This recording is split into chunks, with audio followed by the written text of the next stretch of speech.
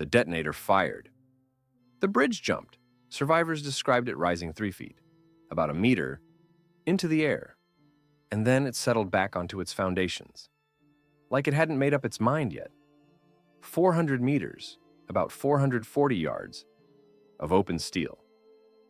4 football fields, no cover. 600 kilograms, about 1,320 pounds, of explosive still wired to the beams underneath. And 22 Americans are about to run straight across it. Would you cross a bridge that just survived its own demolition, knowing the Germans are already wiring the backup charge? I've read a lot of after-action reports. This one is different, because every man on that bridge knew, mathematically, physically, that he should already be dead. The explosives fired. The bridge should have fallen. It didn't. And instead of thanking God and calling it a day, 22 men ran toward the side that was still shooting at them. What happened in the next 10 minutes shortened the war in Europe, not by hours, by weeks. This is Remagen. By March 7th, 1945, every bridge over the Rhine was gone. 21 crossings, blown into the river by retreating German engineers. The Rhine wasn't a river anymore. It was a wall, the last natural barrier between the Allied armies and the German heartland. The plan to breach it, Montgomery's Operation Plunder, wouldn't launch for another 3 weeks. Massive. Coordinated. By tens of thousands of men. Eisenhower's staff had accepted the timeline. You don't rush a river crossing against a defended bank. But the men approaching Remagen that morning hadn't read that plan. They were survivors of the Ardennes. 3 months of continuous combat, no rotation, frozen and ground down to the kind of efficiency that only comes from not dying long enough. They were part of the 9th Armored Division, 3rd Corps. Their orders were simple: reach the Rhine, hold the western bank, wait for the big crossing. Nobody told them to capture a bridge. Nobody thought there'd be one left. The Ludendorff Bridge was a railroad span, built in 1916, twin stone towers, double-tracked. By 1945, it was a relic, single track, neglected. But it was standing, and it was the last one. Now, the German side of this is where it gets complicated. And I think this is the part most people miss. Captain Willy Bratge was responsible for blowing the bridge. He had roughly 1,000 men, and I'm using that word generously.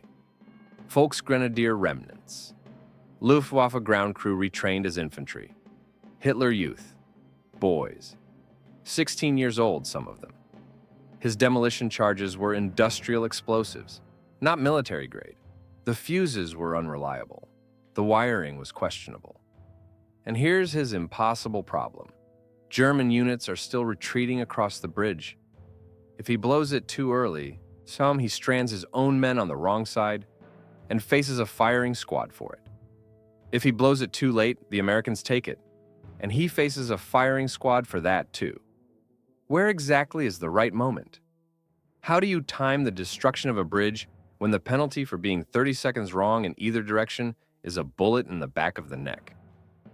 Bratge waited, watched the road west, and waited. At approximately 1,300 hours, the 2nd Lieutenant Karl Timmermann, 22 years old, born in Nebraska to a German immigrant father, stepped out of his vehicle on the ridge above the Rhine Valley. He raised his binoculars. He looked down through the river haze and stopped. The bridge, still standing. Vehicles still crawling across it. Timmermann didn't have orders for this. Nobody up the chain had a plan for an intact bridge because nobody believed one would exist. The report went up fast. Timmermann to his captain. Captain to battalion, battalion to brigade. Brigadier General William Hogue received the report and made a decision that bypassed weeks of strategic planning in about 90 seconds. Take the bridge, now, before they blow it. I want you to understand what that order means. You're asking exhausted men to run across an open bridge that is wired to explode into machine gun fire, with no armor support, no air cover, and no idea what's on the other side. There is no plan. There is no backup. And the window's open and it is closing, and there is nothing else left to try. The order reached Timmermann at approximately 1500 hours. Just go. At 1530 hours, the first men stepped onto the Ludendorff Bridge. It was 325 meters, roughly 355 yards, long. Steel lattice framework over stone piers, railway tracks running down the center. No side cover worth mentioning. A naked run with the Rhine churning 12 meters, about 40 feet, below through gaps in the open decking. The far end disappeared into a railway tunnel, bored straight through the Erpellerlei, a cliff of the dark basalt that rose vertically from the eastern bank like a wall. German machine guns in the bridge towers opened up immediately. Sergeant Alex Drabek was among the first across. He didn't advance tactically. He ran, full speed down the railway ties with rounds cracking off the steel lattice around him. Behind him came the rest of Timmermann's platoon, some crouching, some crawling between the rails, some doing what Drabek did and simply sprinting with everything they had, betting their lives on speed over cover. Halfway across, the bridge lurched. The Germans detonated a preliminary charge. The blast tore a hole in the deck planking near the eastern approach, timber and steel fragments spinning into the air. Men hit the deck. The entire span swayed sideways, groaning, the sound of stressed metal audible above the gunfire. The bridge held. Several men froze at the crater's edge. Timmermann didn't. He kept moving, screaming at his platoon to get up, get across. Then came the second detonation, larger, and the entire bridge lifted. Soldiers described afterward the sensation of being thrown upward, steel bucking beneath their boots, like something alive trying to shake them off. Smoke and pulverized concrete everywhere. Visibility dropped to nothing. The bridge held. The main demolition charge, the one designed to drop the whole structure into the Rhine, failed. The detonator didn't fire. The electrical circuit was dead. And later investigations suggested American artillery fire had severed the detonation wiring hours earlier. Or the industrial fuses were defective from the start. The records contradict each other. They always do. But here's what I keep coming back to. The men on that bridge didn't know the circuit was dead. They didn't know the main charge had failed. All they knew was 2 explosions had already gone off. The bridge was swaying under their feet, and they were still alive. Would you keep running, knowing the third one could come at any second? They kept running. Drabek reached the eastern bank. He dove into a bomb crater, checked to see if he was dead. He wasn't. He was the first American soldier to cross the Rhine by force. He almost certainly wasn't thinking about that. Not with an MG-42 Nest 20 meters, about 65 feet, to his right and nothing between him and it but open air. On Timmermann's platoon, all 22 who made the crossing, established a perimeter on the far side that barely deserved the name. No heavy weapons, no vehicles. Just riflemen on the wrong side of the largest river in Western Europe, with a damaged bridge behind them that could still give way. But more men came. Within the hour, all of Company A was across. Then Company B, engineers moved onto the bridge in the failing light, cutting demolition wires, to pulling unexploded charges off the structural members, hands numb in the cold, working by feel as German artillery began finding the range. Shells punched into the water on both sides of the span. Freezing spray washed across the deck with each near miss. The transmission reached division headquarters.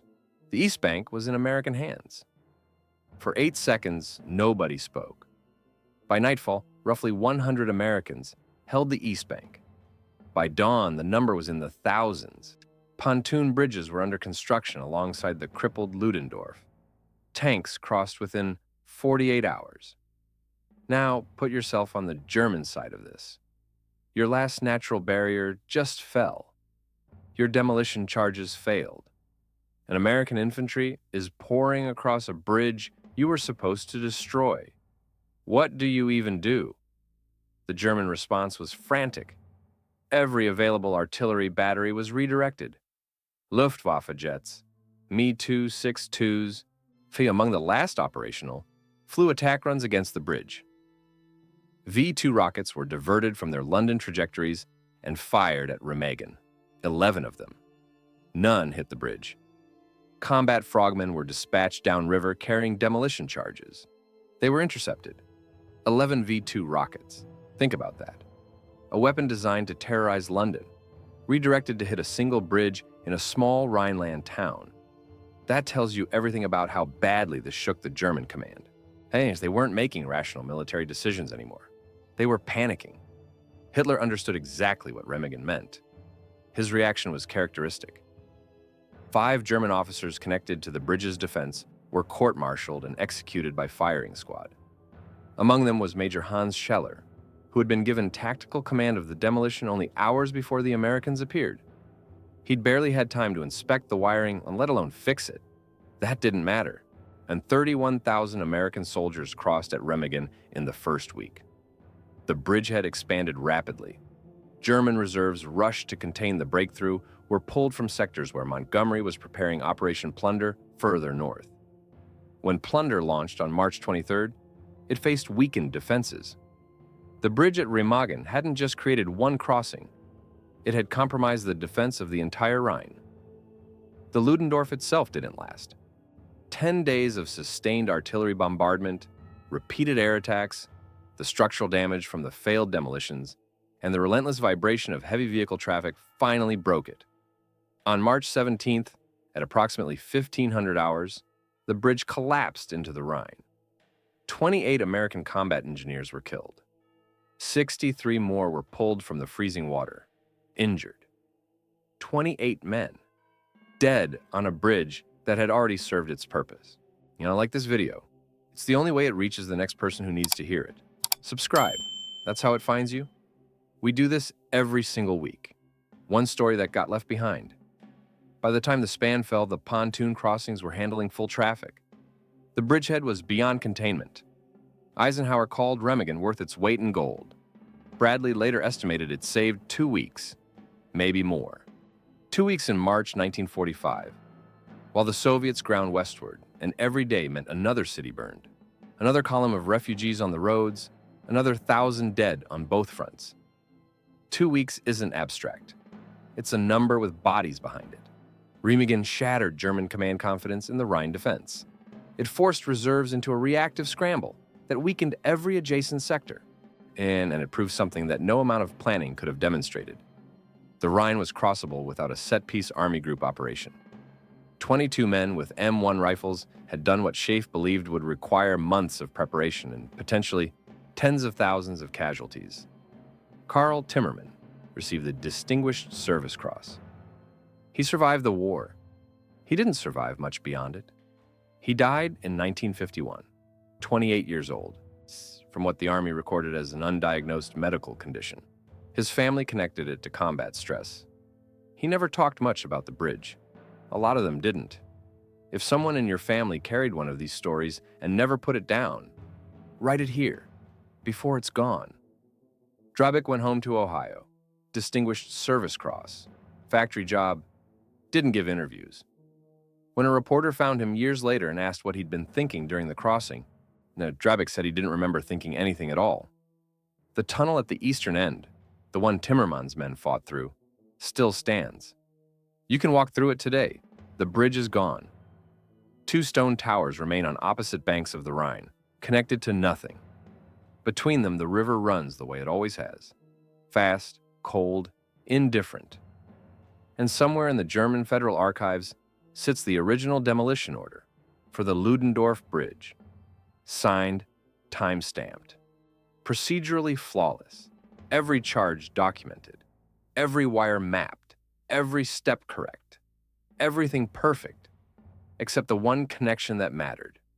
5 officers were executed for it. Shot for failing to destroy what 22 Americans had refused to let go.